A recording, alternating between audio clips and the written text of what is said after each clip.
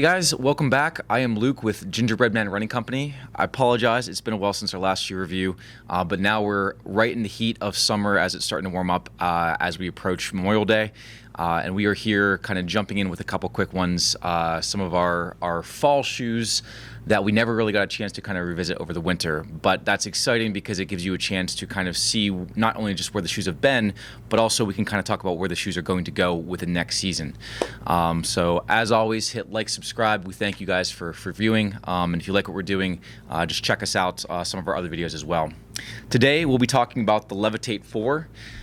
This is one of Brooks's non-traditional shoes. When you think Brooks, you get Ghost, you get Adrenaline, you get the Launch, you get the Glycerin, and then the newly named Glycerin GTS and Launch GTS. But the Levitate is not one that kind of comes up just in everyday conversations whenever you're talking to your cousin who wears Brooks.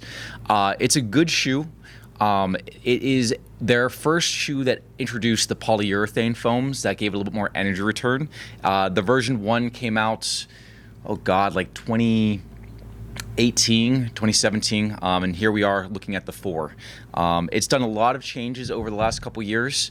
There have been some issues with how Brooks has done the polyurethane foams. One thing that they've done differently from some of the Boost foams or the Everrun foams is that they've put some sidewalling in on it to kind of help channel the energy return back up and forward to give you a little bit more directed energy as opposed to just 360-degree kind of expansion. So the idea behind the Levitate is it takes that same technology and it just kind of chambers it so it kind of loads it and you can kind of determine where it's going to go. There were some issues with that. The Levitate 1 was a great shoe. It sold like crazy. However, after about 200 miles, 180 miles, you were getting cracks in the foam. I don't have an example here, which is a good thing because crack shoes aren't good, but you were literally getting splitting and cracks into the shoe, making it basically unwearable. The 1, the 2, the 3 all had those kinds of issues. So whenever they came back with the 4, we were on the fence about whether or not we were going to bring it in. Their answer to that was they fixed it. The foam is brand new. Well, it's DNA AMP, but it's a brand new polymer of DNA AMP. It is 20% lighter, and they are telling us that it's not going to split anymore. And based on the customer feedback, we haven't been getting that same kind of returns and issues and defects that we had with the earlier versions. It still feels lively. It's a little deader than what I would say the 1 and the 2 were. I did like the 1 a lot until it started to fall apart on me. It's a little deader than some of the other ones, but it's still a great all-purpose shoe. This is a up-tempo shoe that you can wear for pretty much any distance, handle your long runs, a good for everyday kind of gym shoe in addition to just general mileage. So it can handle speed work all the way to burpees. So it can do a lot there. Style-wise, it has a lot of great checks in that box as well, and they fixed the upper. But I don't like the shoe. I know what you're thinking. Everything I've said so far has been kind of positive, and if you try the shoe on, the first thing you're going to notice is what they have in their new sock knit upper. The version 3 looks very similar. You can see that it's got that same kind of gusseted tongue. I can't even call it gusseted. It's not sewn in the sides. It's more just a flap of a tongue. But in the 3, this opened up enough that even with that sock knit upper, you could get your foot into.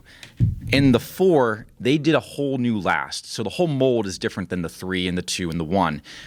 It's narrower. It doesn't fit you quite right. And then to top things off, when you go to open the tongue up, it doesn't come up nearly as far. So if you have a higher instep or you have any kind of stiffness in your foot, you're not getting it on.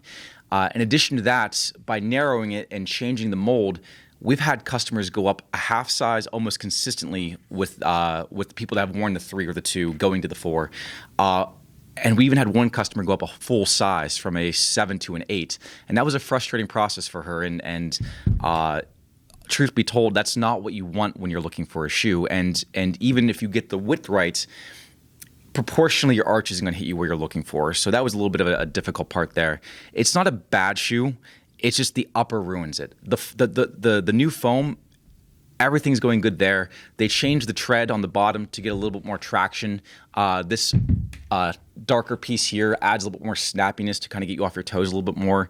It's a little stickier, so you don't get that kind of crystal rubber kind of feeling whenever it gets damp and it gets a little slick.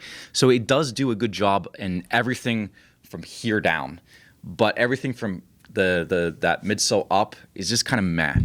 And that's at the best. At worst, it's narrow. It causes your toes to kind of bump into each other and squeeze. It cuts in very aggressively instead of being more foot-shaped. And then even the back here, this is a lot of stiffness here across the collar that it bites into the back of your foot. Now, it's not as bad as when we talked about the Hyperion Elite, but it still bites in a little bit and it causes some rubbing through there. But I do think that they are aware of where the shoe has its strengths and they know about the weaknesses. I mentioned that we're about halfway through this cycle. This coming September, they'll be coming out with the version 5, and I'm not sure if this was intentional or not, or if the feedback was just very aggressive. But for the first time, they're going to have 2 versions of the Levitate. They're going to have the Stealth Fit version, which is the traditional sock knit upper, not traditional, but the one you see here with that more kind of tighter cut, weirder tongue, and then collar. But I think at a last minute change, they are going to add a more padded, more engineered mesh version, to have 2 different versions of both the Levitate 5 and the Bedlam 5 as well. So they are going to be fixing it. They are going to be changing some things. This is not a bad shoe. This is a good shoe. It's a very stylish shoe, but it does a lot wrong. It strikes out a couple different places that are real easy fixes. It is lighter than the 3, so it comes in, this new foam is 20% lighter. It does drop the entire weight down like 1.3 ounces. So the men's version is 10.3 ounces for a size 9, and the women's is 9.2. So it does come back down a little bit. The one complaint about the earlier versions of the Levitates were that they were a little bit chonky, a little bit heavy. It does address that, and I do think that these things can be fixed. But I'm not going to lie to you. If you have the option between the 4 and you want to try the 4, try it in a half size up. If you're a 10, try 10.5. If you're an 8, try an 8.5. But I do think that there is an answer in Horizon that is going to be a better answer to this one in the 5. I think that this is going to be one of those ones where we just kind of let go out the pasture and we just pretend like it never happened and just move on with our lives. But yeah, 8mm drop, neutral shoe, designed for somebody that wants more of an up-tempo shoe but doesn't need a toolbox shoe. This shoe literally can do pretty much anything you're looking for. And it does it well from the bottom down. As always, I forget what to say next. Transitioning is always my hardest part. Thank you, Brandon, for our intro and outro music. Check him out at thatpainfulmusic.com. He's a local runner from the Western Pennsylvania area and teacher that has supplied us some music. As always, if you like this shoe, if you like this review, come by, check it out for yourself. Don't take my word for it. Everybody's got different feet and different styles, so don't be afraid to put on your own feet and take it for a spin. You don't have to shop here, but shop local if you're able to. And thanks again for watching. As always, we'll see you next time. Thanks, guys.